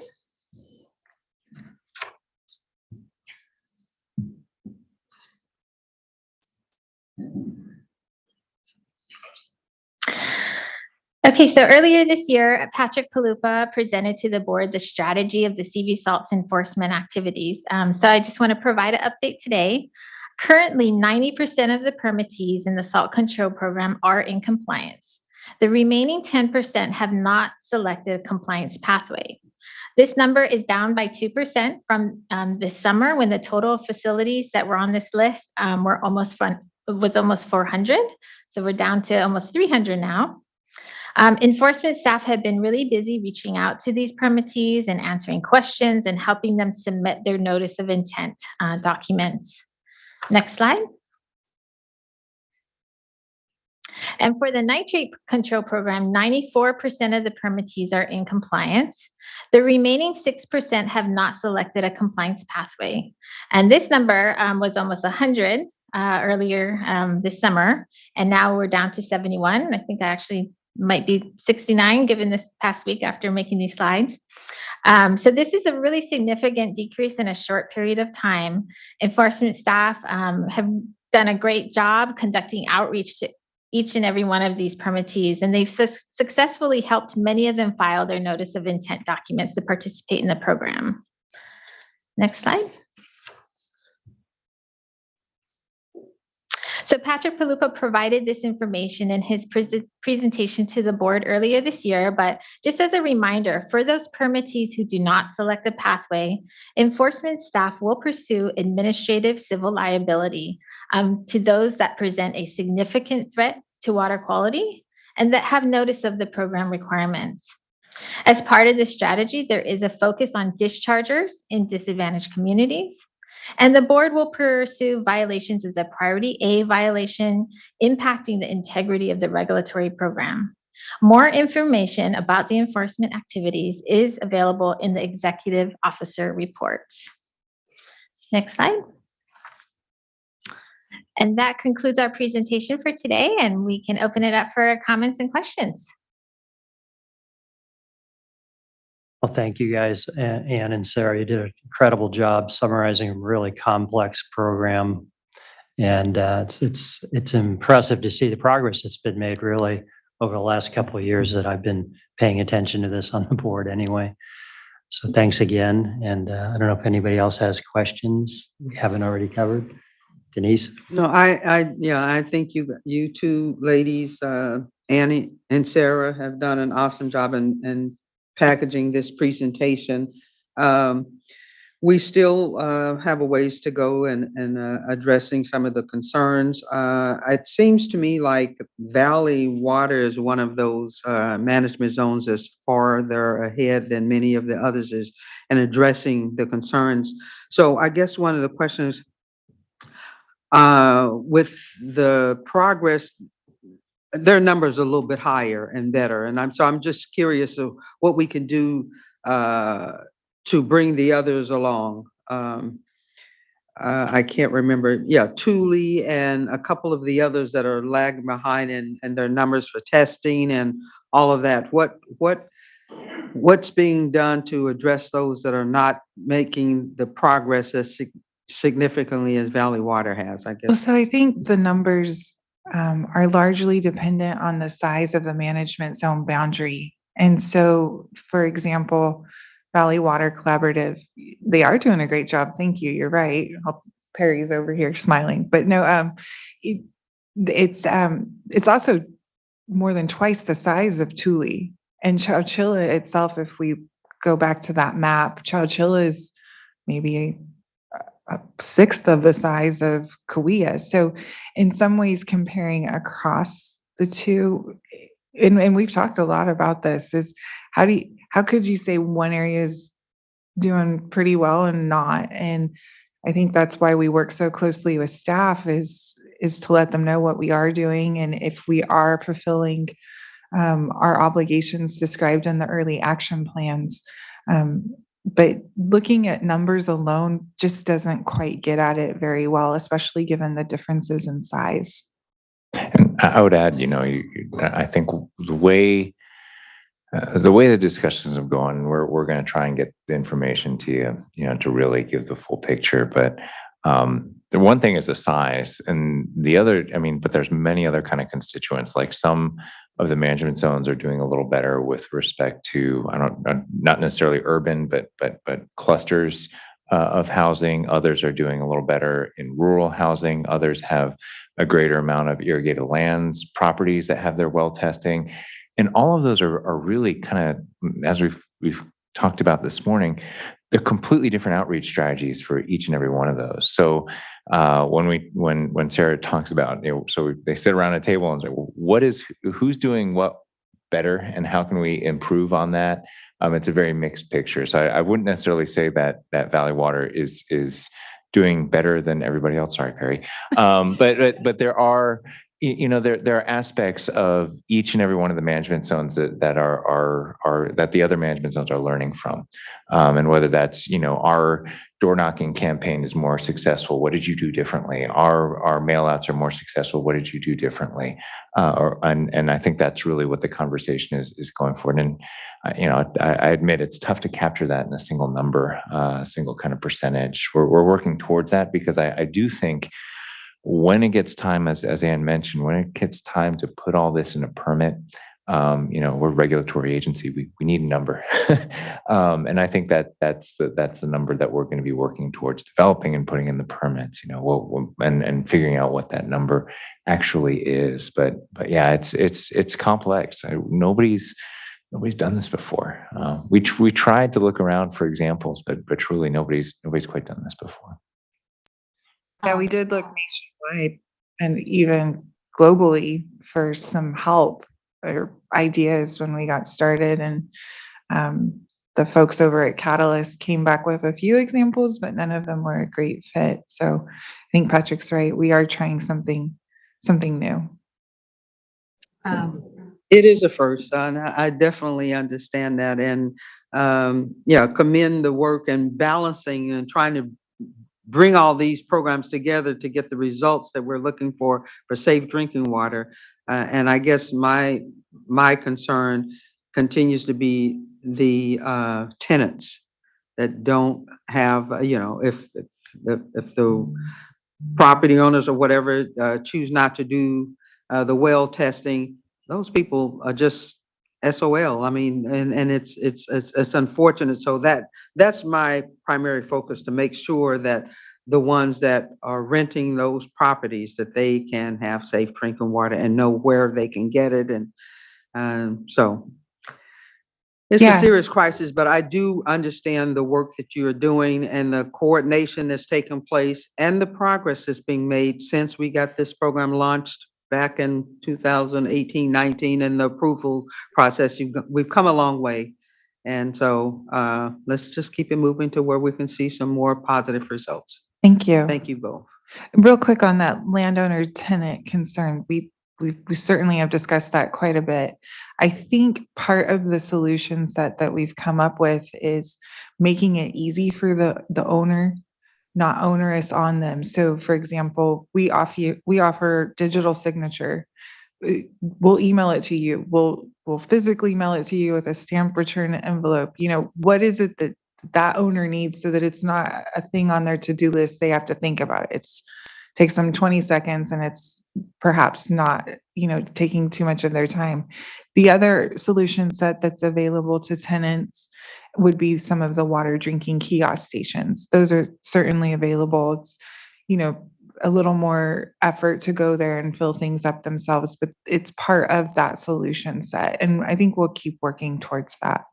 And I will say, and I think you got at it a little bit, but the strategy, and the consultants, and even, when we brought in the environmental justice for their best practices, we had a long discussion with them and to see what the best practices were, which resulted in more door knocking and more kind of one-on-one collaboration was go to the tenants first, right? And give them the ability to kind of request it, and then let the management zones and let Sarah kind of work out the details with their property owner, right? And so that's actually what's being done right now. So the tenant does not have to ask permission before they put in an inquiry for the well testing, and the teams in each and every one of the management zones will then kind of be triggered into gear to try and figure out how, as Sarah mentioned, what's the easiest way to get permission from your landlord to get this thing done. So and that's resulting, there's a lot of running around on the back end of, well, how we can get it to you, digital signature, you don't have a computer, okay, we'll mail it to you, postage return, like, let's get that done. And then also tracking those numbers. I mean, at the last executive committee meeting, we had a discussion about So there's a difference between the amount of inquiries and the amount of well tests. Why is there a difference there? What's the holdup? Where do things get stalled in the process and the flow chart? Where's the off ramp and things like that? So we'll continue to push on that. Well, I do like the process where the tenants have an opportunity to, because that's where the problem lies. I mean, if no one is dealing with them, their situation is still the same. So at least it triggers management's own seeing it, and then they have to come up with a solution. So it's in their face, and it's up to them to respond appropriately according to regulation. So thanks. Yeah, I'll say just for us, so far there's been one owner that declined. That's the one I called. We worked it out. So I'm not sure how often this is happening in other areas, but no wasn't an option. I don't know if we're allowed to do that, but we figured it out. And the bottom line, I think we telegraphed, no isn't an option. At the bottom line is if worse comes to worse, Sarah has free license to say, okay, well, you're saying no. I'll tell the regional board you're saying no, and here's the address, and you may expect a 13-267 or a cleanup and abatement order with the state seal on it that can penalize you $1,000 a day if we don't get this sample done. I mean, that, and to be honest, it has not gone there yet. It has not gone there. I think most people, landlords, tenants are embracing it with open arms. Frankly, if I'm a landlord and it's like, I could be poisoning my tenant, hey, I want to know about that, because you don't want that, that can easily result in all sorts of liability later on down the line. So we haven't seen that as a problem emerging, but we're absolutely going to continue to track it. And we've got some big sticks in case things are slowing down in the process. Just want to chime in. I'm in line with my colleagues' thoughts and what the team has already done as a new program. I think you guys are making progress for sure. But data is very critical, and Patrick has alluded to as far as getting an expert involved and the team moving forward. I think that in any work, especially you dealing with different parties, communication is key, and the phone calls, the cold door knockings, those are great, and I would even throw in there maybe the follow-up could be texting, or provide them the type of communication format that they would like, email, phone calls, textings, or mail, so that they have options. And and we talk about equity, so that different language provided, if needed, that would be really helpful if needed be. So continue to work on this. It's very great program, and thank you. I appreciate it. Appreciate that. Thank you. Hello, Chair Bradford. I don't know if you can hear me. Yes. Okay. I just wanted to make a few comments. I had to turn my screen off. It keeps glitching in and out. I just want to commend you on this project. I love your outreach. I mean, it literally sounds like somebody running a campaign or a measure or an election. That is very, I mean, you did a great job. I wouldn't joke somebody hires you all to run their campaign or election next, but you literally, with canvassing, geofencing, social media, I mean, trunk or treat is the classic go-to for elected officials, and you guys did it. I mean, I love it. So I think this is innovative. It's showing we are like, this is cutting edge, innovative. No one's ever done it. And I think you guys will now be the model people look to next when they talk about outreach in communities. So I just wanted to comment on that portion of it. That's when you create something that no one's done before, and you hit it out of the, in my opinion, out of the ballpark. So congratulations on that. And the work is so important. And when I first came on this board, CV Salts in a way seemed far away. But to see the progress staff, everyone's making towards this and the outreach that's happening, it really gives me a lot of hope. So I just want to say that I'm thoroughly impressed with how this project is being ran. So kudos to everyone involved. Great job. Thanks, Thank you. Raji. Thank you so much. I have a feeling you were very convincing in that discussion with the homeowner, Sarah. Love to have been a fly on the wall for that one. Mindy, are there any interested parties that wanted to comment on this item?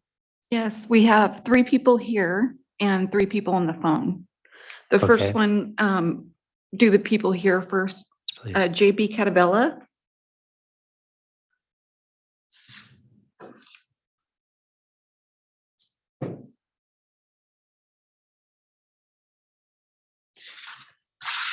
Thank you. I'm JP Cataviella. I'm with the Central Valley Dairy Representative Monitoring Program.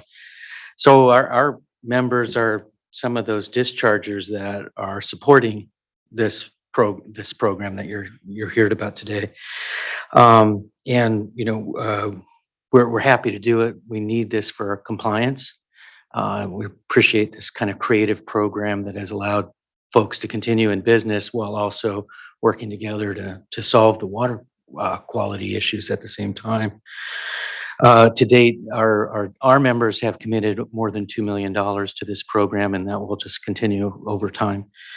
And of course, we're just a small part of that discharger investment.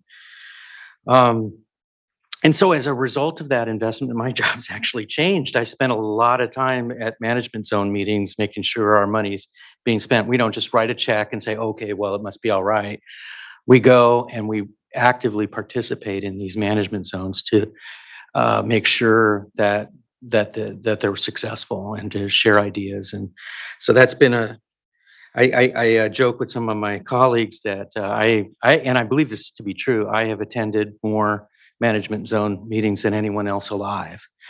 So, and I've also watched our farmers, there's going to be shouts out for lots of folks, but our farmers and dairymen and other volunteers show up there's a number of boards to oversee these efforts now, and they're showing up and participating on boards of directors for nonprofits and all of this stuff, something that's been added to their plate, but I think they're glad to do it. So I've watched with admiration as some of the people you've seen today, many hardworking people have committed themselves to making this work, to make it easy, to doing all kinds of hard work behind the scenes to make it really easy for somebody to pick up the phone or fill out an application and get a free test and get free water. That is certainly one of the goals. But the other one that we don't talk about as much, but is just as important to us, is to make it easy for the dischargers. To make it easy for them to support this program that they believe in, but they have a farm to run, they have a dairy to run, or whatever it is they're doing, they have a business to run. And these hardworking people make it possible for them to continue to do that while the problem gets addressed. I've also watched, and I just on a personal note, I watched them turn into nerds about this stuff, which is wonderful. When somebody's really into something because they get enthusiastic about it, right? They start telling you about outreach. And I've watched all these people who I was not aware before knew anything about social media, and they're learning, they're sharing with each other all the tips. Denise asked a great question earlier about how do you get everybody? Well, they get together all the time. I think Patrick mentioned it, but they get together really often. And I know because I go to those meetings and they're sharing recipes. This worked, this didn't work. I don't like this, but and they argue why their strategy is better. And it's great to see that kind of enthusiasm because they're really attacking it. And that's actually, you see that at the management level. So you see like people like Perry Clausen and Sarah. These folks left their previous career. This is what they do now. They run management zones. This is their life now, and they've lit up. I don't want to, but they really are proud of what they're doing, and they should be. They're really excited about the fact that they're solving a problem in society. And we're happy to invest in them being able to do that. And then I also want to give a lot of credit to, there's people in here, couldn't possibly introduce them all, who work for these management zones now. But like, I just want to mention, for example, one of them, Jesus Nunez, who's here. He's the one that was out taking the pictures of all those dogs that you saw, So we've been worried about like what's going to happen when we go to rural areas and run up against dogs out in the country. Well, he knows. He's been doing it. And for the most part, he's just got such a great attitude. One dog did bite him, but all the other dogs, he's just talking about how good the other dogs are. That's the kind of people we have working for us now doing this job. I'm so proud of them.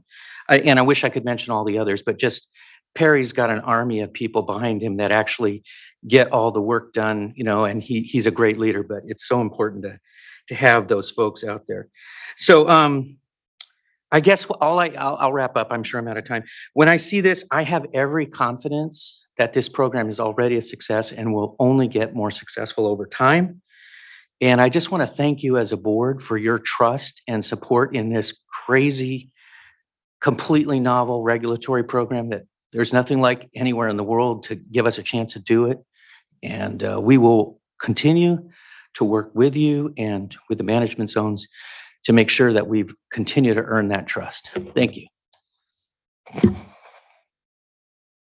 Yeah, I said all along when I first got on this board and CV Salts was being introduced, how impressed I was with the collaboration that has taken place and working with the coalitions, and this CV Salts project is definitely one of those. So the work that's happening must go on, and we're very proud of the staff and the work that they've done in this process. So we just want to keep moving it forward. All those little glitches that are there, as we move forward, hopefully those things will dissolve. They've been worked out, like Sarah did with one of the owners, property owners. But we will continue to look forward to the progress. And thank you very much.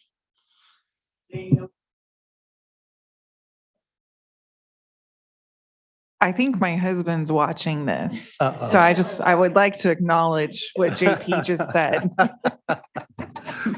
Well, on that note, I'm going to make an executive call here for a bio break. So I think we have 5 more speakers.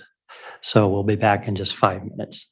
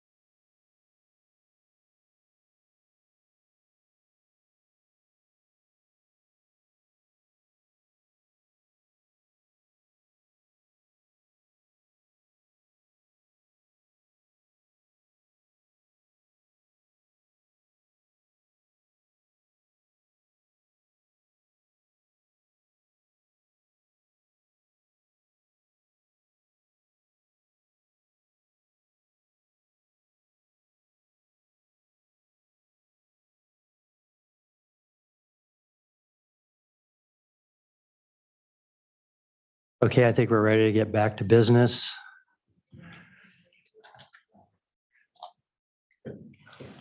So Mindy, who's next? Next, we have Perry Klassen with Valley Water Collaborative. Hi, Perry.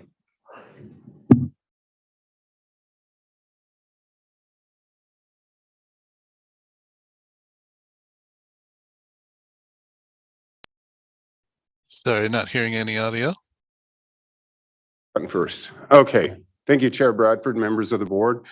Glad to be able to have the time to, or giving me the time to talk about our activities. Sarah has done a good overview of all the management zones and some of the work we've done. And I want to just take you on a little whirlwind ride because there's a lot of things I don't want to get into much detail, but just to give you an idea of what it takes, what we've done over the last 18 months. And all the things that we've been doing, my staff that are sitting behind you are really the ones that are due the congratulations. They're really hardworking. They've done a lot of great stuff. The only one that isn't here, Ezra Clausen, my son, has been helping on the canvassing. He's watching on Zoom.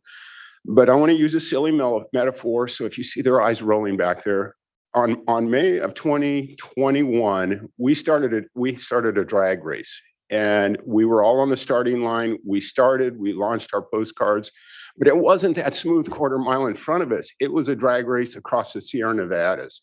Kid you not, every month we would find another mountain. We got the Safer Project. We found Mount Whitney mountains. I mean, we could climb them. We got over them, but this has been the most unique and challenging program I've ever worked on in my career, and it's not finished yet.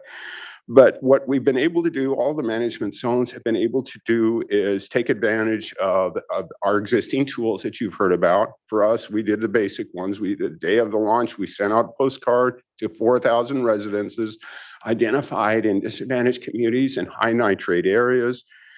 We also worked with the press, letting them know we're going to launch. They ran an article for us. And between the postcards and the article, we got a rash of applications. Then we did that contest with the high schools that you saw with the displays. They ran another article. We got a whole bunch more applications. So media relations worked really well for us. And then we also started the beginning of the year tracking where the applications were coming from. And that's been real telling and revealing to us as to how are people hearing about us. And the most highest response, they have a box they have to check when they're signing up, is talking to their neighbors and friends. Right next to that is the postcards. And I really think the two are linked. They get a postcard, they get the sample, they tell their neighbors about it. And then even third behind that is the newspapers. So it's all kind of intermingled, that it's personal communications. You know, we're doing social media. I believe in it. I think it's great. We go to a lot of shows. Jesus and Ezra have been to the Stanislaus County Fair, food banks. After Denise recommended, we've gone to a lot of different places to try to get the word out. And even as you heard about the canvassing, over 400 doors have been knocked on, a lot of people talked to. We've gotten 5 applications, and that we're not disappointed in that, because and one thing that came across recently from an applicant that is very telling is we have all these options of the things I just mentioned, and then they list other. This person said, I saw you at a municipal advisory council meeting. I saw you at the county fair. I read the newspaper articles. Then I saw you at the farmers markets. So it took 4 impressions to get that person to finally fill out that form. And the thing that's unique, I want to emphasize, these are domestic wells of individuals living out in the country typically. And so where do you go to reach these people? You know, you think about Modesto and Turlock, big cities. We're not targeting the Modesto and Turlocks. We want those guys that are out in the country, and it's a very challenging method to try to effectively reach those people. I think eventually what this has just told us is we need to keep doing everything, because a combination of these things are what's really going to get them to say yes. I went on some of the earlier canvassing with Jesus and Ezra, and you have to talk people into it. They don't just say, oh, free well testing. Yeah, sign me up. Some do, but everybody's skeptical. Free, yeah, right. Free what? What's the strings attached? And Jesus and Ezra are experts at explaining there's no strings attached. But I see, and again, my metaphor, we're on the foothills. We got, I think, the low-hanging fruit. How do we get, and you asked the number, somebody asked how many have you identified? And we identified about 4,000 domestic wells. We've had about 900 applications so far, some of them out of the area. But the point being, we've maybe got 25%, and I think that's low, that's high probably, of the people applying. So that 3/4 that are out there that have gotten, we've had some people say, will you quit sending me postcards? I've gotten 4. They're going to get their 6th next. We've done 5 now. We're going to get their 6th here next month. But we got to figure out what is going to be the way to convince them. And I bet each one of you, if I tried to convince you of a tree program, there would be different things amongst you 6 folks up here as to what would make you say, yes, come onto my private property, come to my well and test it. And we've been very thankful to get the SAFER grant. A challenge with that is that there's income limitations. So when you have nitrate, you get free water, no questions. You get sampling with it regardless. But if you want a treatment system, you have to meet an income level. So that's a little barrier. Another one that we're dealing with all of the program is that our board, Valley Water Board, has said you need to tell everybody your data is going on GeoTracker. We have people that once you get there, it's thanks for coming by. I don't want to have anything to do with that.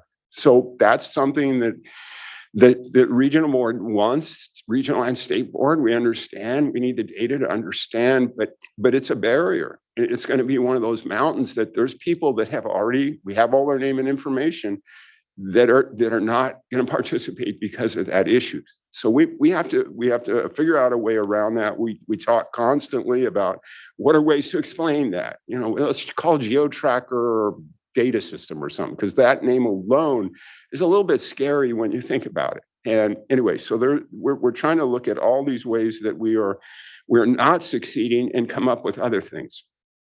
And then, you know, just some of the other things I want to mention that our team's been doing. We put over 1,000 flyers in businesses. I don't think there's a business in Modesto, Turlock Basin that doesn't have our flyer. Libraries, gas station, grocery stores, tractor dealers, auto parts, coffee shops, donut shops, hardware stores. You know, you get the idea. We go everywhere the public goes, talk to the owner, and they say, sure, leave a stack of them there. So, you know, again, another place that we might find somebody that has a domestic well that's in our management zone and then has high nitrates to get free bottled water from us. So the total population of our region is huge, and these domestic wells are just a small percentage. I think that's all. It gives you kind of an idea. Want to answer a comment about another thing that was brought up of contaminants, co-contaminants. Since we started the SAFER program, our largest non-nitrate contaminant is uranium. And the information on uranium is lacking. We're working with the state board now to come up with how, if I'm a homeowner, what does this mean? Or what do these levels mean? There was one document we were able to find that you almost had to have a master's degree to read what it said. It was a technical, but there's no real easy stuff that's coming out. And the state, again, is working on this. So again, it's a mountain we share with the state board. Every time at the end of the meeting, they say, well, what's new? And say, are you ready? Here's another one. We come up with another thing that's a challenge to work around. And we're figuring out the workarounds. The other one, lastly, that we're still all learning about is reverse osmosis treatment systems.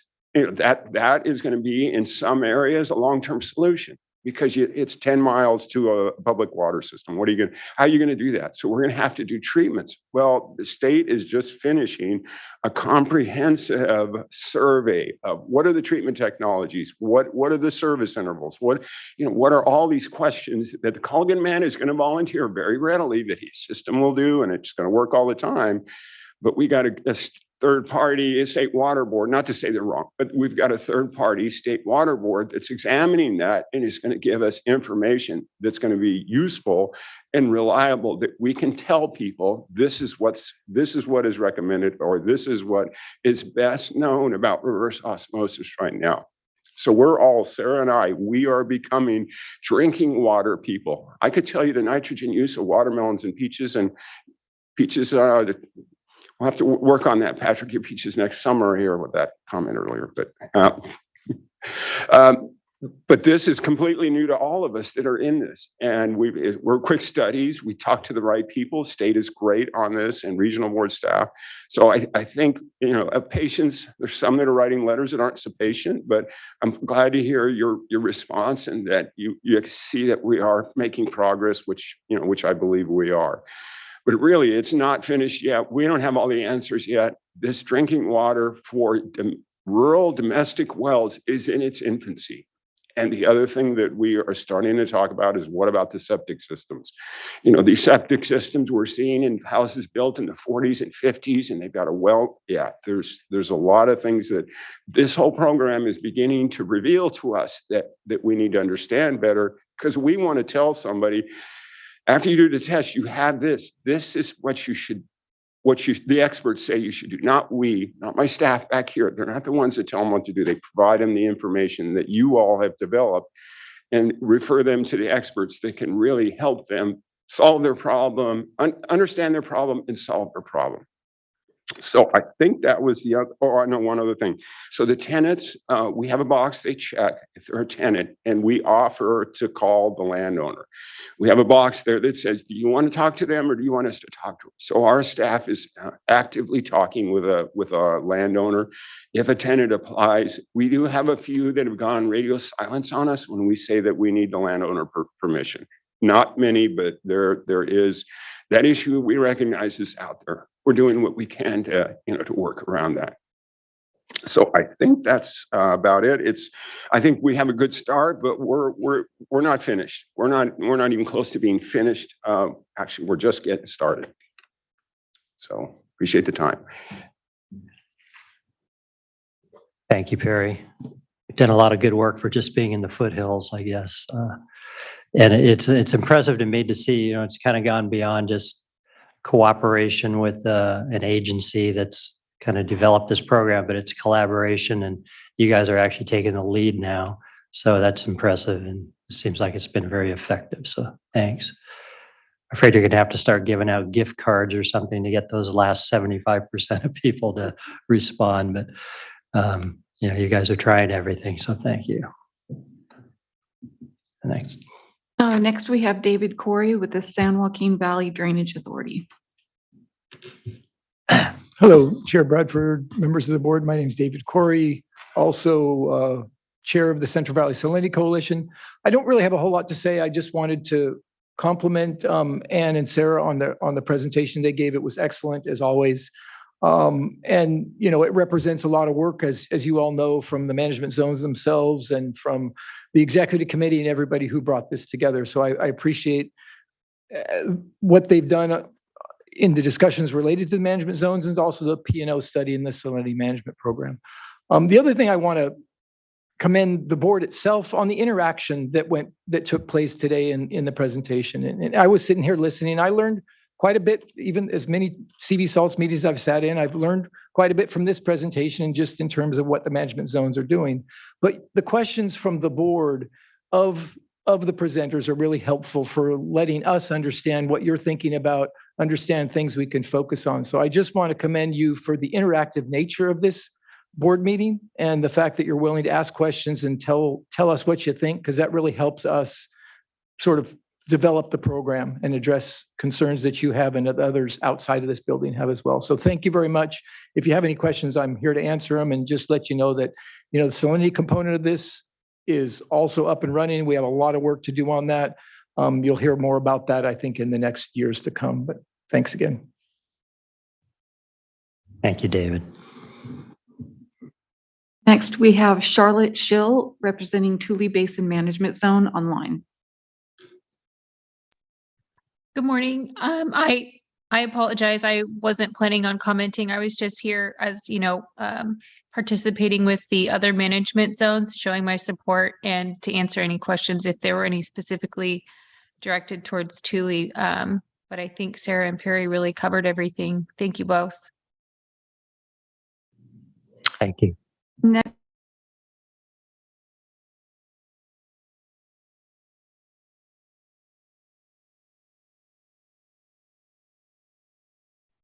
Sorry, I'm not hearing audio from the room, but Keja Rivers may unmute. Bob, we lost the audio. Good morning. I think there are some audio issues going on within the boardroom. Bob, the coastal room is currently muted. I'll ask to unmute. There we go. I asked to unmute Bob. Okay. We are ready to go. Good morning, Chair, Vice Chair, and members of the board. My name is Kaya Rivers, and I work with Community Water Center. I'll be providing public comment today on behalf of Community Water Center, Clean Water Action, and Leadership Council for Justice and Accountability. I'll be providing comments on 4 main environmental justice concerns today. Firstly, we appreciate and commend the outreach measures that have been put forward by management zones and the implementation of the early action plans. However, after 2 years since inception, the program has tested only about 10% of potential nitrate impacted wells.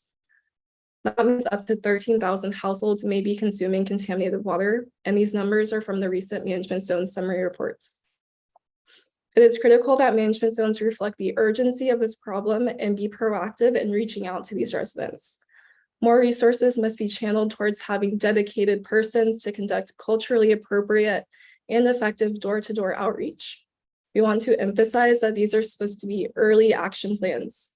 What is the board going to do to make sure that 13,000 households have safe water this year? Secondly, as the management zone implementation plans are being drafted, nitrate impacted residents must be engaged in this process to address the contamination that they have to live with every single day. They must be part of these discussions about when and how dischargers will reduce their nitrate discharges to protect drinking water. Communities need to see long-term drinking water solutions and concrete restoration plans for polluted groundwater basins. Additionally, we are glad to see that Valley Water Collaborative Management Zone has assigned and finalized co-contaminant testing agreement with the SAFER program, and that Chowchilla Management Zone is already testing for other contaminants. However, it took well over a year to finalize that agreement. This has to happen for other management zones and needs to happen much more quickly. This is important because households need to be aware of contaminants other than nitrate in their water, especially since various contaminants are present in the Central Valley's groundwater and negatively impact one's health. Finally, we are glad to see that conversations are being had with the Irrigated Lands Regulatory Program, as we would also like to see the integration of well testing data from the Irrigated Lands Regulatory Program and CV Salts Program. It is important to use this data to better locate nitrate impacted households. The Irrigated Lands Program is working to make this data readily accessible to management zones, and we ask that the Regional Water Board ensures that this data is integrated by management zones to conduct better outreach. Thank you, Board, for the opportunity to provide comments today. Thank you very much for your comments. Patrick, do you have any response to some of her points? Sure. No, I think they're all absolutely valid, and certainly we're taking that into account as we kind of work forward with the program. Kaya's been prompting us to do that kind of integration between the Irrigated Lands Regulatory Program information and the CV Salts information. So it is true that the management zones themselves have only tested probably like 10, 15, 20%, depending on the area of the wells. As Ann's numbers kind of showed, if you add in the testing that's being done by the Irrigated Lands Regulatory Program for every single domestic well that is on an irrigated lands parcel, the number starts to look a lot better. However, there isn't, as was mentioned, there isn't a precise overlap between the irrigated lands information collected. So it looks more like a Venn diagram than others, and the management zone information. So there's still a gap. There's still a good number of wells to be reached. Certainly not 90%. You know, the numbers look a lot better when we can get that data integrated. I will say that the irrigated lands information is up on GeoTracker. So the irrigated lands, the way that is structured, the well testing results, they do go into the GeoTracker database. So it is publicly available. We're just working on really trying to make sure that it's integrated a little better as we move forward with the deployment of the irrigated lands and CV Salt's nitrate control program. And really, that's why you saw it yesterday. It was featured very prominently in the environmental justice, racial equity resolution, and in the priority projects as the top priority for the CV Salts program and for the irrigated lands program to get these numbers going even more in the right direction. Thanks, Patrick. And we've been, I will say, for the multi-constituent, though that is largely at the state board, we talk a lot with the state board, make sure that their process is as smooth as possible. I have talked to executive management at the state board, and they're trying to be responsive. They're trying to focus a lot of energy and attention on making sure that contracting process is as smooth as possible. They've gotten a lot better. I will say that the recognition for DFA and looking to streamline processes and get approvals done more quickly. They've put a lot of time and energy into that, and I hope that we all see the fruits of that in more multi-contaminant testing in the other management zones. Thank you, Kaya. So one more, Mindy. One more, we have Daniel Kozad with Central Valley Salinity Coalition. Sir, you may unmute.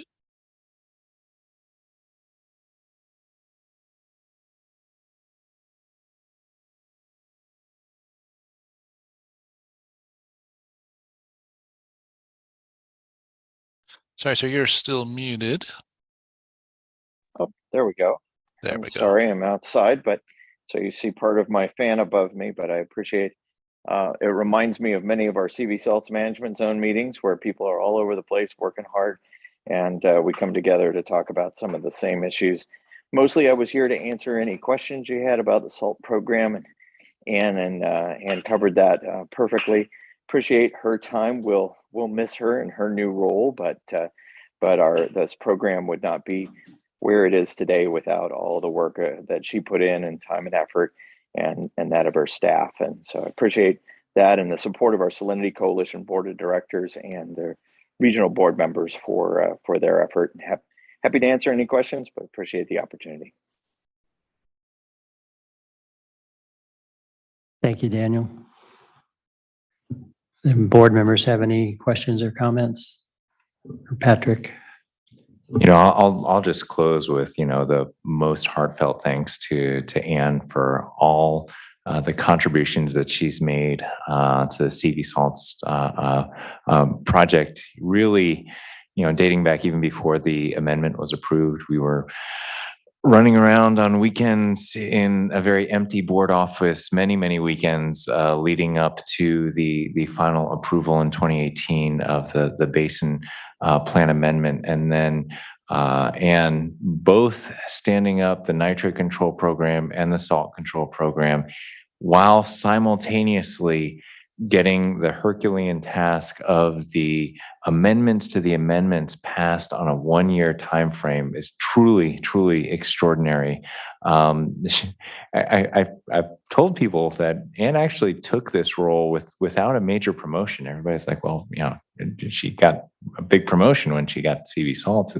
Actually, no. And so, I'm very grateful that she will be staying within the Central Valley Water Board's organization. She's getting a promotion to the program lead of the NPDES program, a supervisory position that she very well deserves. But really, just her compassion, intelligence, generosity of time, and mentorship through this program of her staff has truly been extraordinary. I don't think we'd be sitting here saying that this program was as successful as it was if Anne hadn't been involved, and I mean that in a just very genuine way. So really thank you for all the work that you've done here, and thankfully you won't be going far, just down the hall. So Well, thank you. I really appreciate it. Of course, I really would like to pass on the thanks to my staff because they've been awesome, and also the great stakeholders. And it's really been a total privilege and joy for me to work on this program. So I'm glad I won't be too far, and I'll be around. And I look forward to seeing the progress it will make in the coming year. So, and thank you to the board for all the support over the years. It's made a huge difference as well. So Appreciate it. And from us, we're also realizing that Anne is no longer overseeing this. And so I did ask Patrick if we could have an election or a vote as to who her replacement might be, but probably not within the water board structure. But there was a lot of text messages earlier this week to say, uh-oh, what are we going to do now? So thank you. Thank you, Anne, and I'm glad you're not going too far. I have a feeling they'll track you down if they need you and when they need you. Thank you.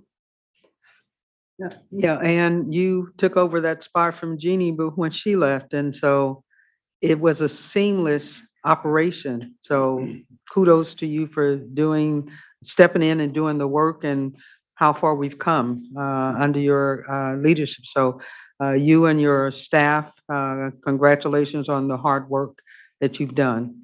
And moving next door or down the hall is good news because the staff can still call on you and so can we. I'd just like to make some comments regarding what Ms. Rivers said from Community Water Center, only 10% of the water wells being tested versus 13,000 wells. We're in the infancy of this program. And I'm sure that progress is going to be made. And I just want to encourage things to continue to move forward in that direction. And, we're talking about sending out a lot of the information, the postcards, the social media and all of that. And, sometimes we're not getting all the responses back that we would like to see. And so maybe somewhere along in that process, we might want to look at the language, the wording that we're putting out there for people to capture their attention. We might start off with something nice or whatever, but it's like what the real issue is contamination in the water. So how do we ask people and not be, I won't say not be so nice about it, but how do we get the answers or get them to respond? But we really need to give some thought to the words that are going out to get their attention for them to want to respond. And a lot of people, just like you say, you get a postcard up, goes in the trash. But if there's an alert or something, some kind of way, something that triggers them having to respond, it might make a big difference. I would just like to see these numbers continue to improve because while we're still working on this, we still have communities that have contaminated water.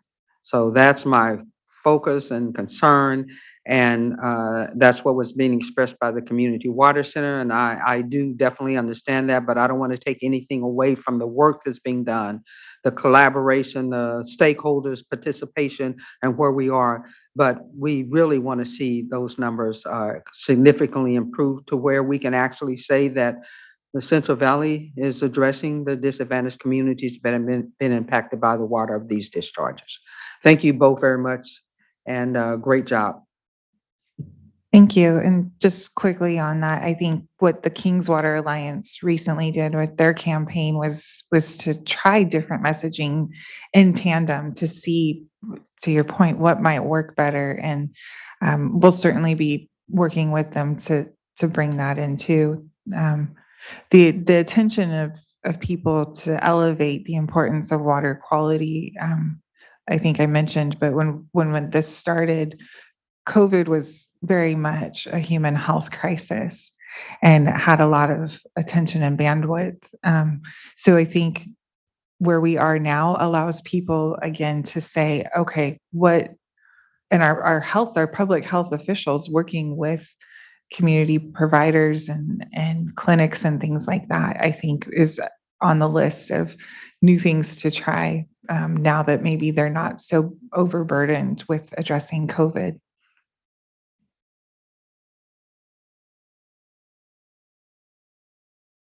Okay, well, thank you again. And if there are no further comments, we do not have a closed session, so I believe our meeting is adjourned. So I wish everybody happy holidays and keep that snow and rain coming. That's Right. Next board meeting will be the 23rd and 24th of February, and all indications are we should be able to have it back in our home office back in Rancho Cordova. But much thanks to everyone. Thank you. Happy holidays. Thanks to Bob in the back who's made it work. Really looks like we've done this before, even though we haven't. Thank you so much, and thanks to Jean.